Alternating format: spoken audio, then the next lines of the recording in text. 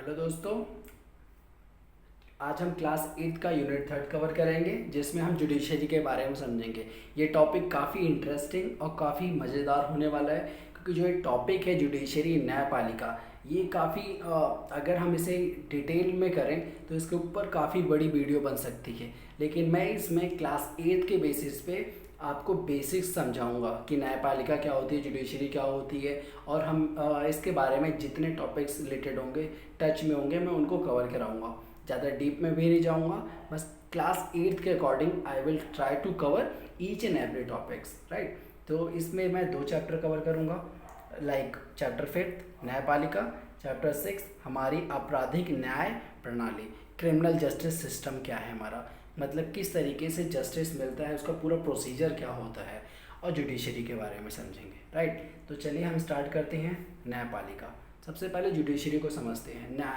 न्यायपालिका अगर हम इसे अलग अलग करें, न्याय का अर्थ होता है जब कभी किसी के साथ गलत होता है तो उसे न्याय मिलना चाहिए। अब न्याय कैसे मिलेगा, तो उसके लिए जुडिशरी है। जुडिशरी में लोग जाके न्याय ले सकते हैं, वहाँ पे फैसला होता है कौन राइट है कौन रॉन्ग है, इस तरीके से न्याय मिलता है, राइट। अब न्यायपालिका के लिए जैसे लिख रखा है फैसले सुनाती है। न्यायपालिका का काम क्या है, एक पालिका, न्यायपालिका एक सिस्टम है प्रॉपर, जहाँ पे अगर हम बात करें तो यहाँ पे कैसे है, ऊपर से सुप्रीम कोर्ट है, राइट, उसके नीचे है हाई कोर्ट है, उसके नीचे क्या है, डिस्ट्रिक्ट कोर्ट है। इस तरीके से कोर्ट बनाई गई हैं। अब कोई एक इंसान तो सारा कुछ देख नहीं सकता है, पूरे स्टेट की बात है, पूरे इंडिया की बात है। अब इंडिया में एक सुप्रीम कोर्ट है, बाकी हाई कोर्ट्स हैं। हर स्टेट का अपना हाई कोर्ट है, मतलब उस स्टेट में अगर कोई इशू क्रिएट होगा तो वो सॉल्व करेगा, ये नहीं दूसरा स्टेट सॉल्व करेगा। अगर बात यूपी की आती है, यूपी में कोई इशू होगा तो वो यूपी का हाई कोर्ट सॉल्व करेगा, ये नहीं कि बिहार का हाई कोर्ट सॉल्व करेगा, नो।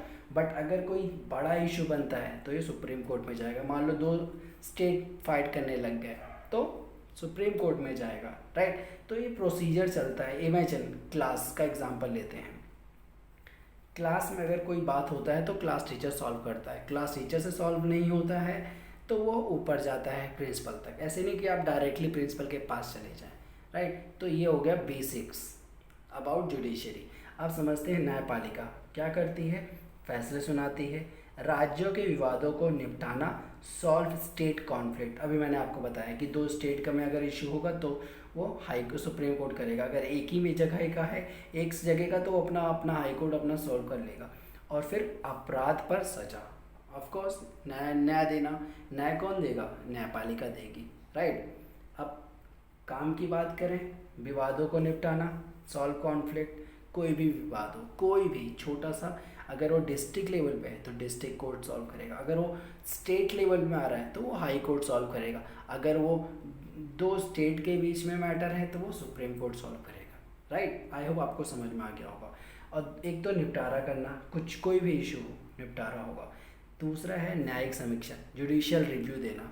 इन केस अगर कोई कानून आता है, मान लो पार्लियामेंट का काम है कानून बनाना, इन केस अगर उसमें रिव्यू देना है जुडिशियल, क्या वो कानून के अंदर है या कानून से बाहर है, अगर कानून से बाहर है तो इसका काम है समीक्षा करना, रिव्यू देना, रिव्यू देके बताना कि आपने इस पॉइंट को मिस किया है, इसमें ये कर सकते थे ये।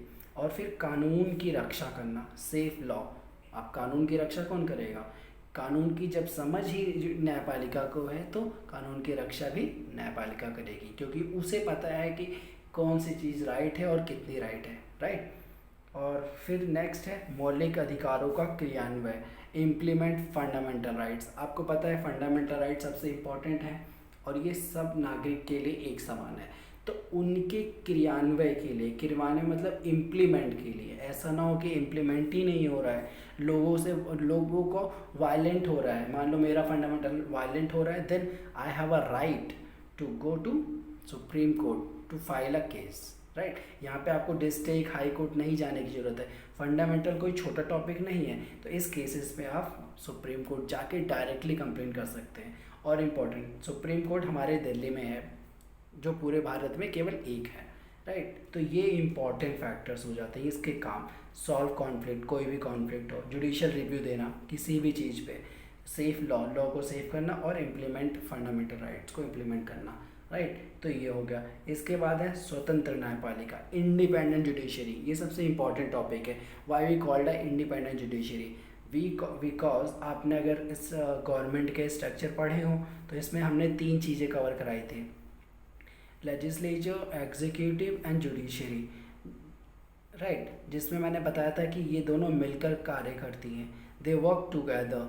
बट जुडिशरी क्या है, टोटली सेपरेटेड है, लाइक इंडिपेंडेंट है, कि you are independent, you can take any decision, right. You don't need to interfere, you don't need to work with us, right? You have a right to work alone. But if in case I am doing wrong, if in case they are doing wrong, they can inform, जो कि इसमें है judicial review, right. तो इस cases पे ये independent है, अपने डिसीजन, अपने कार्य को स्वयं कर सकती है। इसमें कोई इंटरफेयर नहीं करेगा कि लेजिस्लेचर इंटरफेयर कर रही है या एग्जीक्यूटिव, राइट। तो इस तरीके से क्या है, इंडिपेंडेंट जुडिशरी है। आई होप ये भी टॉपिक आपको समझ में आ गया होगा। अब नेक्स्ट आता है स्ट्रक्चर ऑफ कोर्ट। अभी मैंने इससे पहले वाली भी, अभी पहले पेज पे ही मैंने आपको क्लियरली बताया। अब इसमें एक बार दोबारा बताता हूँ। स्ट्रक्चर वो कितने हैं, 3 लेवल बनते हैं। डिस्ट्रिक्ट, नीचे से डिस्ट्रिक्ट कोर्ट, जिसे हम अधीनस्थ या जिला अदालत बोलते हैं। उसके नीचे ऊपर आ जाता है हाई कोर्ट, जो ईच स्टेट के पास अपना ईच स्टेट के पास अपना एक हाई कोर्ट होता है। और एक इम्पॉर्टेंट चीज़, कुछ स्टेट ऐसे हैं 2 स्टेट पे एक हाई कोर्ट है, राइट। वैसे सबके पास अपना पर्सनल होता है, बट कुछ ऐसे स्टेट्स हैं जिसमें 2 होता है, राइट। अब उसके नीचे आता है, उसके ऊपर आता है सबसे बड़ा न्यायालय कौन सा होता है, सुप्रीम कोर्ट, राइट, जो केवल एक होता है पूरे भारत का, जो दिल्ली में है। तो ये स्ट्रक्चर है जुडिशरी का, district court, high court and supreme court, judiciary का पूरा फंक्शन है। अब फैक्ट्स क्या है, ऑल आर कनेक्टेड।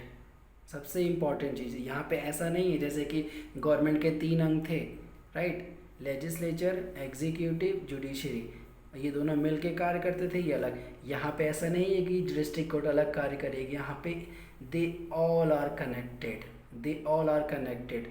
और सबसे दूसरी बात, यूनिटरी फॉर्म ऑफ जुडिशरी है, यहाँ पे यूनिटरी है, फेडरल नहीं है कि पावर डिवाइडेड है, करिए अपने मर्जी पे जो करना है। No, if SC issue any guidelines then all will follow. मान लो सुप्रीम कोर्ट सबसे बड़ी कोर्ट है, अगर उसने कोई भी इशू फॉलो, कोई भी गाइडलाइंस फॉलो करता है, कोई भी गाइडलाइंस अगर इशू करता है, देन वो सबको फॉलो करना पड़ेगा विदाउट एनी कन्फ्यूजन, कि आपको कन्फ्यूजन, नो, उन्हें फॉलो करना पड़ेगा। इसलिए यूनिटरी फॉर्म ऑफ जुडिशरी है, राइट। तो ये क्लियर, आई होप आपको ये समझ में आ गया होगा। ये इंपॉर्टेंट चीज़ें हैं कि they all work together, there is no any federal system, right. This is a unitary form of judiciary. अब इसके बाद है विधि व्यवस्था की विभिन्न शाखाएं कौन सी हैं। अब ब्रांचेस ऑफ लॉ सिस्टम के कौन कौन से हैं, आपने सुना होगा 2 टाइप के केसेस बनते हैं, राइट, लॉ सिस्टम में ब्रांचेस। एक होता है आपराधिक, जिसे फौजदारी बोलते हैं। एक होता है विधि व्यवस्था, जिसे दीवानी कानून बोलते हैं, राइट। अब इसको अगर हम डिफरेंस समझें बहुत इजी वे में, राइट, अगर हम ज़्यादा इजी वे में समझें तो हम पाते हैं रिलेटेड टू। अब ब्लड से रिलेटेड ऐसा कोई केस बनता है जिसमें ब्लड आ जाता है, राइट, तो उसे हम बोलते हैं आपराधिक, मतलब क्रिमिनल लॉ, राइट, क्रिमिनल से रिलेटेड हो जाता है।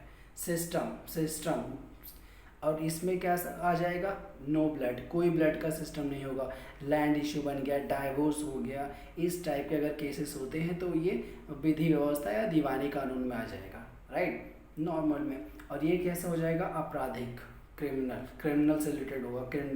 डाउरी क्रिमिनल में आएगा, डोमेस्टिक वायलेंस हो गया, मर्डर हो गया, यहाँ पे डेफिनेटली वर्क से रिलेटेड हो, ब्लड आ जाएगा। ब्लड, अगर ब्लड आया छोटा सा भी इशू तो वो आपराधिक में आ जाएगा, राइट। तो इस तरीके से ये 2 चीज़ें हैं, इसकी शाखाएं हैं 2 टाइप्स में, दीवानी और फौजदारी, राइट। आई होप आपको ये भी क्लियर हो गया होगा।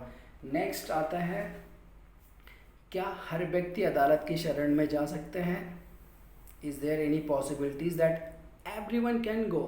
यस, सब जा सकते हैं, सभी देश के नागरिक हैं। लाइक अब कैसे समझेंगे हम, कैसे कि अभी मैंने बात किया कि कानून, राइट, हमारे देश के जो नागरिक हैं एक समान है।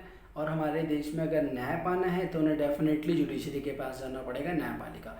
तो न्याय मांगने का सबका अधिकार है, ये कानून के रूप में प्रोवाइडेड है सबको, ठीक है। किसी के अधिकारों का उल्लंघन होने पर न्यायालय जा सकते हैं। मान लो आपके अधिकारों का उल्लंघन हो रहा है, आपके फंडामेंटल राइट्स को वायलेट करा जा रहा है, तो आप इस केसेस में क्या है, आप अदालत में जा सकते हैं। बट हाँ, एक प्रॉब्लम ये आती है कि जो गरीब लोग होते हैं उनका जाना मुश्किल हो जाता है और एक लंबी प्रक्रिया का एक लंबी प्रोसीजर का फॉलो करना पड़ जाता है। फॉर एग्जांपल आप सुप्रीम कोर्ट आना चाहते हैं, आप रहते हैं किसी ऐसे इलाके में, तो आपका ट्रैवलिंग, जाना, टाइम, तो इस तरीके की प्रॉब्लम फेस करनी पड़ जाती है। बट यहाँ पे आप कोई भी हो, अमीर हो, गरीब हो, किसी भी रूप कोई भी व्यक्ति हो, आपको कानून के समझ जाने से कोई नहीं रोक सकता है, क्योंकि ये आपका कानून मांगने का अधिकार सबको है, राइट। तो यहाँ पे हमारा जुडिशरी खत्म हो जाता है। अब हम नेक्स्ट टॉपिक कवर करेंगे, हमारा है चैप्टर 6। चैप्टर 6 हम समझेंगे, वो भी काफ़ी इंटरेस्टिंग है। इसमें कुछ फैक्ट्स हैं जो आपको पता ही होना चाहिए, like understand our criminal justice system. हमारा क्रिमिनल जस्टिस सिस्टम क्या है, हम उसे समझेंगे इसमें, और ये काफ़ी इंटरेस्टिंग है। अगर आप ठीक से समझेंगे तो आपको काफ़ी मज़ा आएगा। अब इसमें सबसे पहला टॉपिक है हमारी आपराधिक न्याय प्रणाली में अपराध की जांच करने में पुलिस की क्या भूमिका होती है। अब न्याय प्रणाली स्टार्ट करें, न्याय प्रणाली अगर स्टार्ट करना है तो डेफिनेटली आप पुलिस से स्टार्ट करेंगे, क्योंकि केस वहीं से स्टार्ट होगा ना, कोई भी केस बने तो उसमें क्या है, कुछ प्रोसीजर या कुछ भूमिका होती है पुलिस की, जो आर्टिकल 22 बताता है कि अरेस्ट व्यक्ति को निम्नलिखित मौलिक अधिकार दिए गए हैं। फॉर एग्जांपल, अगर आपको अरेस्ट करती है पुलिस तो आपके पास फंडामेंटल राइट्स हैं, जो आपको पता होने चाहिए। मान लो कुछ गलती से भी पुलिस वाले पकड़ लेते ही हैं, चाहे आप अच्छे हों, बुरे हों। अब मान लो लाइसेंस नहीं है, उस केसेस में आपको पकड़ रहे, तो कुछ ऐसी बातें हैं जो आपको पता होने चाहिए कि आपके फंडामेंटल राइट्स क्या क्या हैं, राइट। अब आते हैं फर्स्ट, गिरफ्तारी के समय जानने का अधिकार है कि गिरफ्तारी किस कारण हो रही है। Like you have a right to know that why you are arresting, right. अगर सामने वाला अरेस्ट कर रहा है तो आप पूछ सकते हैं कि आप मुझे बताइए कि आप मुझे क्यों अरेस्ट कर रहे हैं। सेकंड, 24 घंटे के भीतर मजिस्ट्रेट के सामने पेश होने का अधिकार है। ऐसा भी नहीं कि आपको गिरफ्तार कर लिया, आपको अरेस्ट कर लिया और आपको 3 दिन तक आपको कस्टडी में रखा हुआ है। No, this is not, they are violating your fundamental rights, right. तो आपको 24 hours you should have to be in front of the magistrate, right. ये हो गया। इसके बाद क्या है, किसी भी तरह के दुर्व्यवहार या यातना से बचने का अधिकार है। ऐसा नहीं है कस्टडी में रख के आपको परेशान कर रहे हैं, राइट, तो ऐसा भी नहीं कर सकते हैं। ये राइट्स, ये आपके फंडामेंटल राइट्स हैं। और नेक्स्ट है इकबालिया बयान, आरोपी के खिलाफ यूज़ नहीं होता। मान लो आपको फोर्सली कोई आपने कोई बात बोल दी, बयान दे दिया कि ये मैंने किया, तो इस केसेस में आरोपी के खिलाफ बयान यूज़ नहीं होगा उसे। और नेक्स्ट, अबव 15 वुमेन, या तो आप 15 से अबव 15 और वुमेन को सवाल के लिए थाने में नहीं बुलाया जा सकता। मान लो 15 साल से अबव नहीं हो या और वुमेन हो तो आपको सवाल करने के लिए थाने में या पुलिस थाने में पुलिस स्टेशन पे नहीं बुलाया जा सकता। ये आपके फंडामेंटल राइट्स हैं, राइट। ये हो गया। अब नेक्स्ट, SC मतलब कि सुप्रीम कोर्ट द्वारा खास शर्त और प्रक्रियाएं तय हुई हैं। अब कुछ शर्त हैं जो सुप्रीम कोर्ट ने गाइडलाइंस जारी की है। गाइडलाइंस क्या है, गिरफ्तारी, हिरासत और पूछताछ के बारे में पुलिस और अन्य संस्थाएं क्या करेंगे, गिरफ्तारी या जांच करने वाले पुलिस अधिकारी की पोशाक पर उसकी पहचान, नाम पट्टी, पद स्पष्ट व सटीक हो। For example, you are an inspector, then there should be a name plate in your cloth, right, so that people can understand that you are inspector, sub inspector, everything should be mentioned in very clearly, right। ऐसा भी ना हो कि दिख ही नहीं रहा है कि आपका नाम क्या है, आप किस पोस्ट पे हो, राइट। नेक्स्ट, गिरफ्तारी के समय अरेस्ट मेमो के रूप में गिरफ्तारी संबंध पूरी जानकारी का कागज़ तैयार किया जाए और उसमें गिरफ्तारी के समय तारीख का उल्लेख होना जरूरी है। सत्यापन के लिए कम से कम 2 लोग या 3 लोग, ये चीज़ें कंफर्म होनी चाहिए। मान लो आप किसी को अरेस्ट कर रहे हो तो उसमें आपके पास अरेस्ट मेमो हो, राइट। नेक्स्ट, गिरफ्तार हिरासत में रखे गए या उनसे पूछताछ की जा रही है, उसे दोषी या शुभचिंतक को जानने का अधिकार है। फॉर एग्जाम्पल, आपको अरेस्ट कर रहे हैं, आपको अरेस्ट करके आपको थाने ले जा रहे हैं, then you have a right to inform your friend and your friend, your families, right? This is your right. Next, FIR, first information report, ये हो गया क्लियर। इसके बाद आता है next topic, first information report, प्रथम सूचना रिपोर्ट। इसमें वारदात की तारीख, स्थान जानकारी होती है। FIR तो आपको पता ही है, फर्स्ट इंफॉर्मेशन रिपोर्ट होती है जिसमें आप सब कुछ मेंशन करते हो। मान लो आपके साथ कोई इंसिडेंट हुआ है, कुछ भी हुआ है, तो आप जाके FIR लिखाते हैं, उसमें आप सब कुछ मेंशन कराते हैं कि मेरे साथ ये हुआ, उसका टाइमिंग ये था, स्थान ये था, ऑल टाइप की इन्फॉर्मेशन देते हैं। वो होती है फर्स्ट इंफॉर्मेशन रिपोर्ट, पहली इंफॉर्मेशन रिपोर्ट, उसे बोलते हैं FIR, राइट। तो ये हो गया। अब इसके बाद नेक्स्ट टॉपिक है सरकारी वकील की क्या भूमिका होती है। सबसे पहले इस टॉपिक को स्टार्ट करने से पहले ये पता होना चाहिए, वकील क्या करते हैं, वकालत करते हैं। अब वकालत में 2 टाइप के वकील होते हैं, एक तो सरकारी वकील होता है, एक आपका वकील होता है जो आपके पक्ष में होता है, एक राज्य का पक्ष में न्याय के लिए लड़ते हैं, राइट। इस तरीके से 2 सरकारी और एक आपका वकील।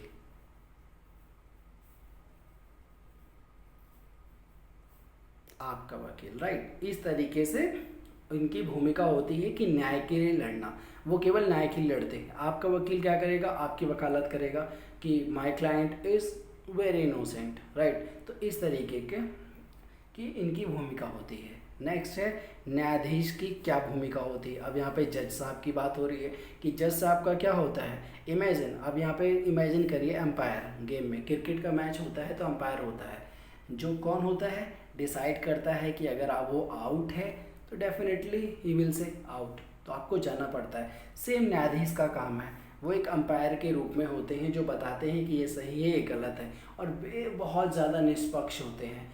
कोई पार्शियलिटी नहीं कि ये अमीर है, ये मेरा फ्रेंड है, अमीर है, पैसे मिल जाएंगे, नो, वो टोटली निष्पक्ष होता है, राइट। अब फिर ये लॉ के अकॉर्डिंग सजा, अब फिर जो गलत करते हैं उसे लॉ के अकॉर्डिंग क्या करते हैं, सजा दे देते हैं, राइट। अब नेक्स्ट टॉपिक है निष्पक्ष सुनवाई क्या होती है, फेयर ट्रायल। अब ऑफ कोर्स निष्पक्ष सुनवाई का अर्थ होता है कि बिना किसी भेदभाव के आपकी बातों को सुना जाता है और आपको न्याय दिया जाता है, वो भी निष्पक्ष होके, उसे बोलते हैं fair trial, right. I hope ये भी चैप्टर यहाँ पे कंप्लीट होता है। आई होप आपको समझ में आ गया होगा जुडिशरी और क्रिमिनल जस्टिस का पूरा प्रोसीजर। और इसके बाद नेक्स्ट यूनिट आएगा जिसमें मैं नेक्स्ट यूनिट कवर कराऊंगा। आई होप आपको एक समझ में आ गया होगा। आप अगर नए हैं तो डेफिनेटली आप मेरे चैनल को सब्सक्राइब करिए, जिससे कि आपको नेक्स्ट अपकमिंग वीडियोस देखने का मौका मिलेगा। मिलते हैं नेक्स्ट वीडियो में नेक्स्ट टॉपिक के साथ।